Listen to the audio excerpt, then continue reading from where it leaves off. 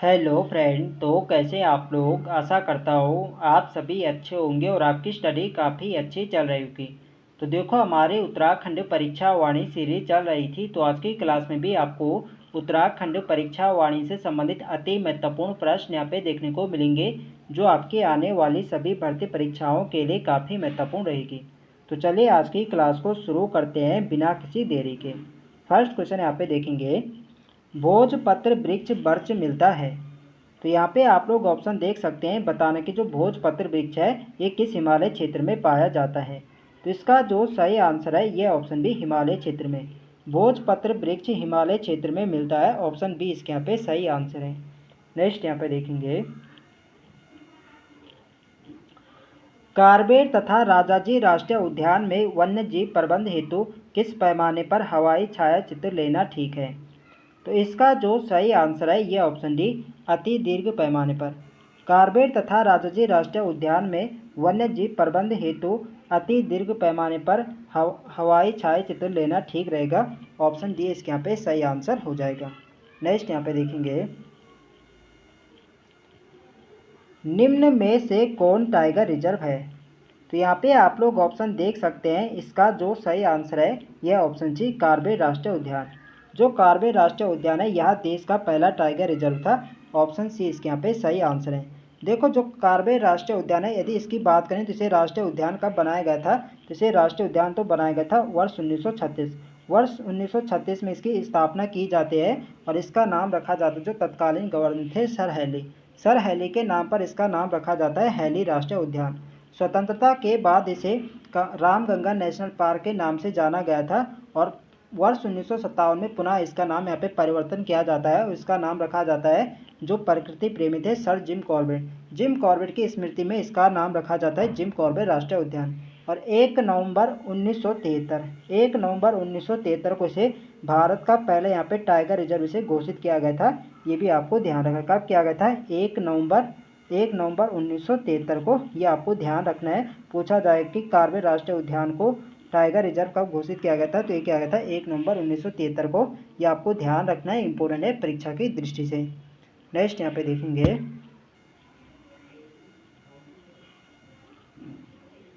भारतीय वन्य जीव संस्थान स्थित है। तो इसका जो सही आंसर है ये ऑप्शन सी, देहरादून। भारतीय वन्य जीव संस्थान देहरादून में है, ऑप्शन सी इसके यहाँ पे सही आंसर है। नेक्स्ट यहाँ पे देखेंगे, निम्न में से कौन सा बुग्याल उत्तरकाशी जिले में स्थित है। तो इसका जो सही आंसर है ये ऑप्शन सी, दयारा बुग्याल। दयारा बुग्याल उत्तरकाशी जनपद में और यहीं पे मनाया जाता है butter festival.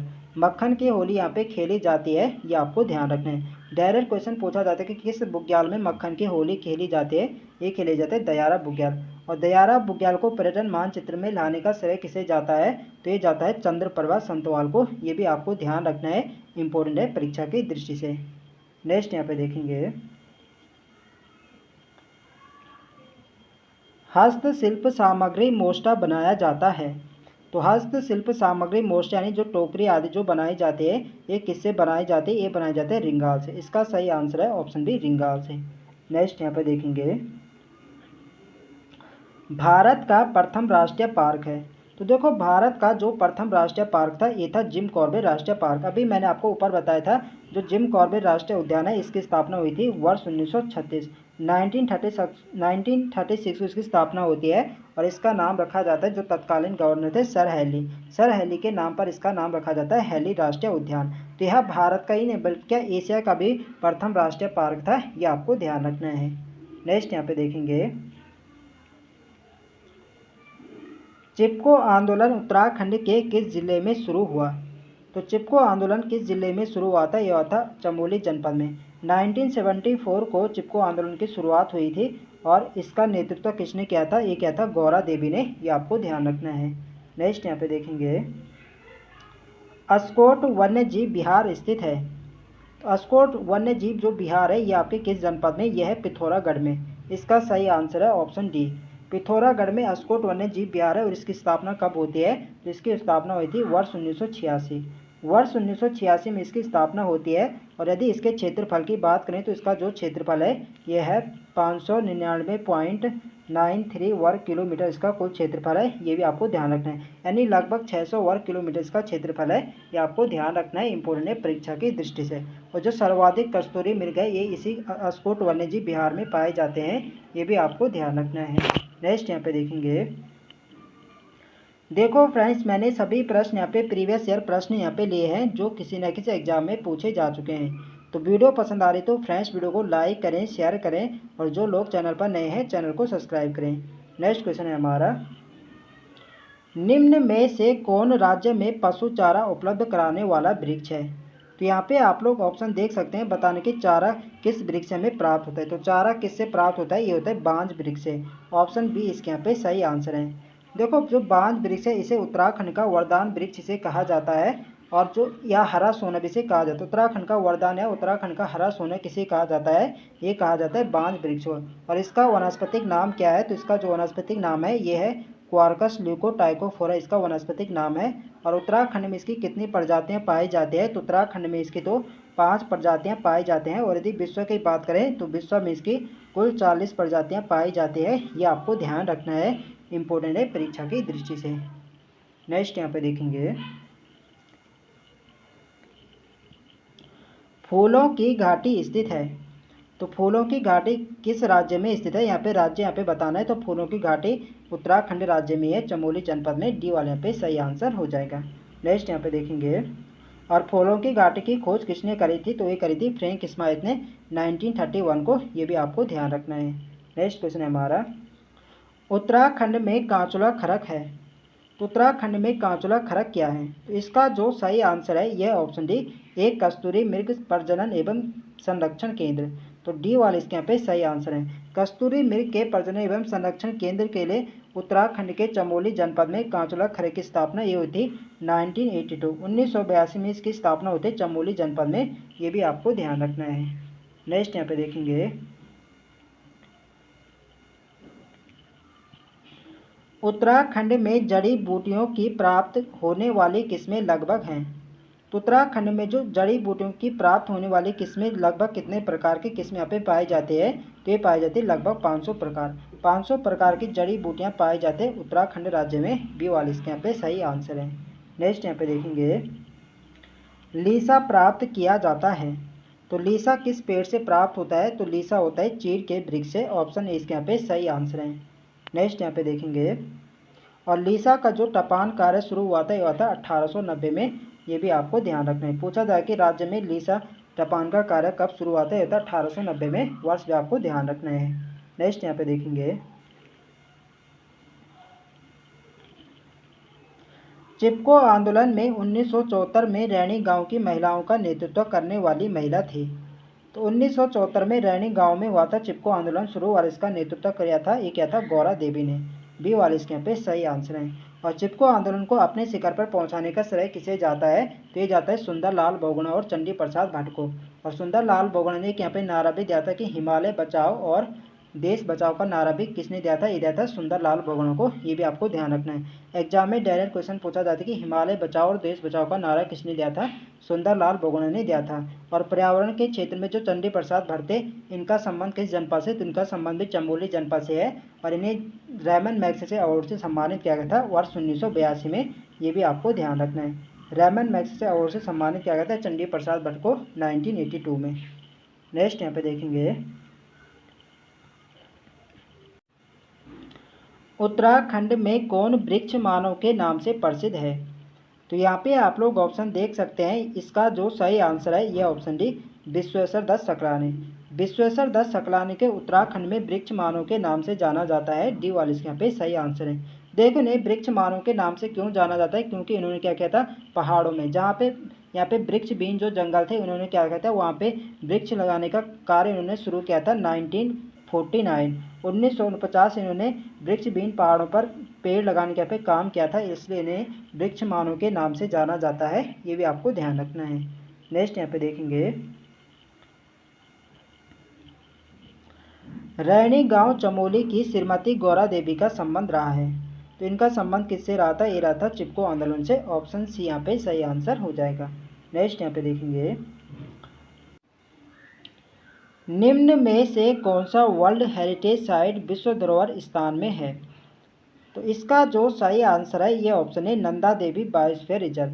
Nanda Devi biosphere reserve UNESCO की विश्व धरोहर में शामिल है, ये आपको ध्यान रखना है। कब नंदा देवी बायोस्फीयर रिजर्व को यूनेस्को की विश्व धरोहर में शामिल किया गया था? तो ये किया गया था वर्ष 1988 में। वर्ष भी आपको ध्यान रखना है, पूछा जाता है। देखो, जो फूलों की घाटी राष्ट्रीय उद्यान है इसे भी यूनेस्को की विश्व धरोहर में शामिल किया गया है। और फूलों की घाटी को कब यूनेस्को की विश्व धरोहर में शामिल किया गया था? तो ये किया गया था वर्ष 2005 में। ये भी आपको ध्यान रखना है। नंदा देवी राष्ट्रीय उद्यान को तो वर्ल्ड हेरिटेज साइट में शामिल किया गया था वर्ष 1988 में, और फूलों की घाटी राष्ट्रीय उद्यान को किया गया था 2005 में। यह आपको ध्यान रखना है, इंपॉर्टेंट है परीक्षा की दृष्टि से। नेक्स्ट यहाँ पे देखेंगे, सर्वाधिक जैव विविधता पाई जाती है। सर्वाधिक जैव विविधता जो पाई जाती है ये पाई जाती है फूलों की घाटी में। ऑप्शन डी इसके यहाँ पे सही आंसर है। नेक्स्ट यहाँ पे देखेंगे, 17वें वन रिपोर्ट के अनुसार राज्य के कुल कितने प्रतिशत भाग पर वन है? तो 17वें वन रिपोर्ट के अनुसार राज्य के कुल कितने प्रतिशत भाग पर वन है? तो यह है 45.44%। 45.44% भाग पर क्या है? 1% है। सी वाले इसके यहाँ पे सही आंसर है। देखो, 17वें वन रिपोर्ट के अनुसार जो सर्वाधिक क्षेत्रफल पर जो वन है यह है आपके पौड़ी जनपद में। सबसे कम किस में है? तो सबसे कम जो क्षेत्रफल पर वन है वो है आपके उधमसिंह नगर। यदि प्रतिशत की बात करें तो प्रतिशत में जो सर्वाधिक वन है वो आपके नैनीताल में है, वो सबसे कम आपका उधमसिंह नगर है। उधमसिंह नगर क्षेत्रफल में भी सबसे कम क्षेत्रफल में है, और प्रतिशत में भी क्या है? सबसे कम है। और क्षेत्रफल में तो सर्वाधिक जो वन क्षेत्रफल है वो आपके पौड़ी जनपद में है, और प्रतिशत में सर्वाधिक वन किस में है? तो आपके नैनीताल जनपद में। ये भी आपको ध्यान रखना है। नेक्स्ट यहाँ पे देखेंगे, वन अनुसंधान संस्थान कहाँ स्थित है? तो वन अनुसंधान संस्थान देहरादून जनपद में। बी वाले इसके यहाँ पे सही आंसर है। नेक्स्ट यहाँ पे देखेंगे, किस वृक्ष को उत्तराखंड का वरदान कहा जाता है? तो अभी मैंने आपको ऊपर बताया था उत्तराखंड का वरदान या उत्तराखंड का जो हरा सोना कहा जाता है ये कहा जाता है बांज वृक्ष को। और इसके अलावा इसे बांज वृक्ष को शिव की जटा भी से कहा जाता है, ये आपको ध्यान रखना है। जो इसका वनस्पतिक नाम है, वनस्पतिक नाम इसका क्वार्कस ल्यूकोटाइकोफोर इसका यहाँ पे क्या है? वनस्पतिक नाम है। और उत्तराखंड में इसकी 5 प्रजातियाँ पाई जाती हैं, और विश्व में इसकी 40 प्रजातियाँ पाई जाती हैं। ये सभी बात आपको ध्यान रखनी है। नेक्स्ट यहाँ पे देखेंगे, निम्न में से कौन विश्व धरोहर स्थल है? तो अभी हमने ऊपर यहाँ पे देखा था विश्व धरोहर में कौन शामिल है, तो यह Nanda Devi reserve. Option C यहाँ पे सही आंसर हो जाएगा। नंदा देवी है और फूलों की घाटी भी है। नंदा देवी को वर्ष 1988 में शामिल किया गया था, और फूलों की घाटी को किया गया था 2005 में। नेक्स्ट यहाँ पे देखेंगे, निम्न में से कौन एक फूलों की घाटी का नाम नहीं है? तो यहाँ पे आप लोग देख सकते हैं नंदन कानन भी फूलों की घाटी को कहा जाता है, भ्यूंडार पार्क भी कहा जाता है, और पुष्पावली भी कहा जाता है। पुष्प सरोवर नहीं कहा जाता है। तो इसका जो सही आंसर होगा ये होगा ऑप्शन डी, पुष्प सरोवर से नहीं कहा जाता है। नेक्स्ट यहाँ पे देखेंगे, निम्न में से कौन एक फूलों की घाटी का नाम नहीं है? फिर से यहाँ पे वही क्वेश्चन है, इसमें यहाँ पे अन्य नाम है।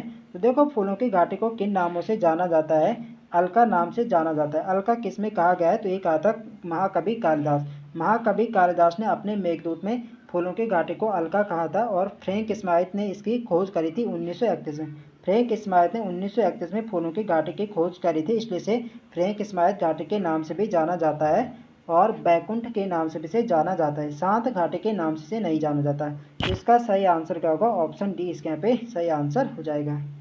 नेक्स्ट यहाँ पे देखेंगे,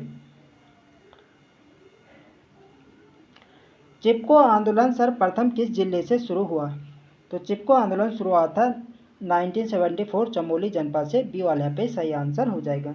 नेक्स्ट यहाँ पे देखेंगे, कार्बेर राष्ट्रीय उद्यान का क्षेत्रफल है। तो कार्बेर राष्ट्रीय उद्यान का जो क्षेत्रफल है यह है 520.82 वर्ग किलोमीटर। ऑप्शन ए इसके यहाँ पे सही आंसर है। देखो, जो कार्बेर राष्ट्रीय उद्यान है इसका जो फैलाव है यह है 2 जनपदों में, नैनीताल में भी और पौड़ी में भी। ये भी आपको ध्यान रखना। पूछा जाए कि इसका फैलाव किन जनपदों में? तो नैनीताल में भी और पौड़ी में। जिसका मुख्यालय वो आपके नैनीताल के ढिकाला में है, ये भी आपको ध्यान रखना है। पूछा जाता है जो कार्बेर राष्ट्रीय उद्यान का जो प्रवेश द्वार है ये कहाँ है? ये आपके ढिकाला नैनीताल में। ये भी आपको ध्यान रखना है, इंपॉर्टेंट है परीक्षा की दृष्टि से। नेक्स्ट यहाँ पे देखेंगे, निम्न में से कौन एक जैव आरक्षी क्षेत्र है? तो जैव आरक्षी क्षेत्र कौन सा है? तो इसका जो सही आंसर होगा ये होगा ऑप्शन डी, नंदा देवी। नंदा देवी एक जैव आरक्षी क्षेत्र है, डी वाला यहाँ पे सही आंसर है। नेक्स्ट यहाँ पे देखेंगे, महाभारत में वर्णित नंदनकानन को वर्तमान कहा जाता है। तो महाभारत में नंदनकानन किसके लिए कहा गया है? तो ये कहा गया है फूलों की घाटी के लिए, ऑप्शन बी इसके यहाँ पे सही आंसर है। नेक्स्ट यहाँ पे देखेंगे, राज्य का सर्वाधिक क्षेत्रफल वाला वन्यजीव विहार है। तो राज्य का जो सर्वाधिक क्षेत्रफल वाला जो वन्यजीव विहार है ये आपका है केदारनाथ वन्यजीव विहार। केदारनाथ वन्यजीव विहार इसका फैलाव भी 2 जनपदों में, चमोली और रुद्रप्रयाग। और इसकी स्थापना कब होती है? तो इसकी स्थापना हुई थी वर्ष 1972 में। यदि इसके क्षेत्रफल की बात करें तो इसका क्षेत्रफल है 957 वर्ग किलोमीटर का कुल क्षेत्रफल है, ये भी आपको ध्यान रखना है। यदि राज्य के सबसे छोटे वन्यजीव विहार की बात करें तो आपका मसूरी वन्यजीव विहार है, जिसका कुल क्षेत्रफल है लगभग यहाँ पे 11 वर्ग किलोमीटर का क्षेत्रफल है, ये भी आपको ध्यान रखना है। नेक्स्ट यहाँ पे देखेंगे, निम्न में से किसका संबंध वन संबंधी चिपको आंदोलन से है? तो चिपको आंदोलन से किसका संबंध है? तो यहाँ पे देख सकते हैं इसका सही आंसर क्या होगा, ऑप्शन ए गौरा देवी।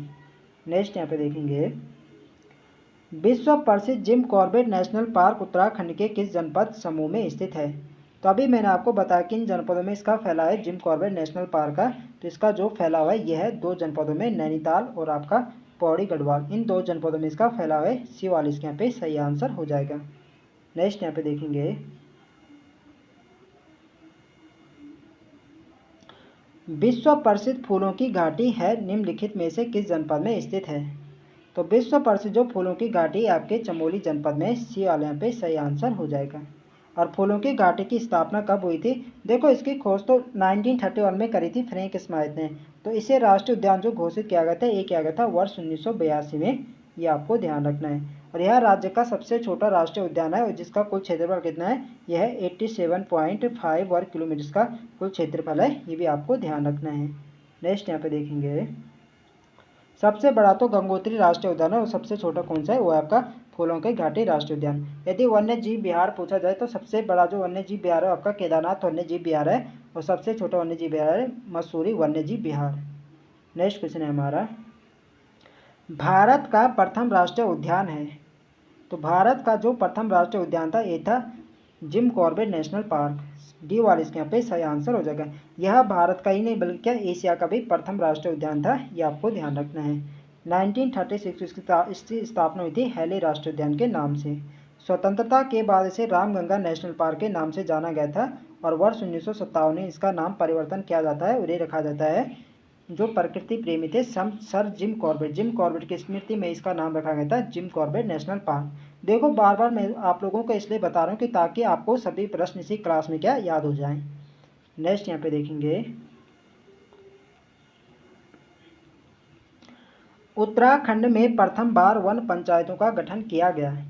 तो उत्तराखंड में जो प्रथम बार वन पंचायतों का गठन किया गया था ये क्या गया था 1931 में, ऑप्शन सी इसके यहाँ पे सही आंसर है।